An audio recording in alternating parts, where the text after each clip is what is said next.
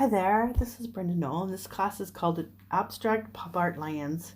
In this class, I will teach you my technique for creating these adorable abstract pop art lands by showing you the way to develop my design and make it your own. So the materials that you'll need for this class are pretty simple. A surface to paint, draw, color, marker on, whatever.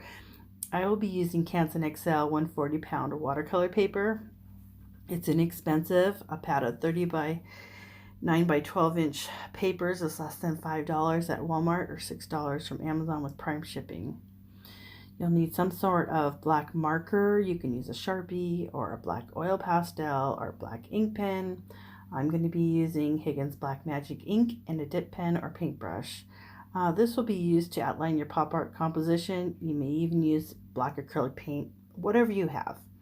You'll possibly need a pencil and eraser to develop your composition and some way to color your artwork. Okay, so paint or crayons or markers, watercolor pencils, whatever.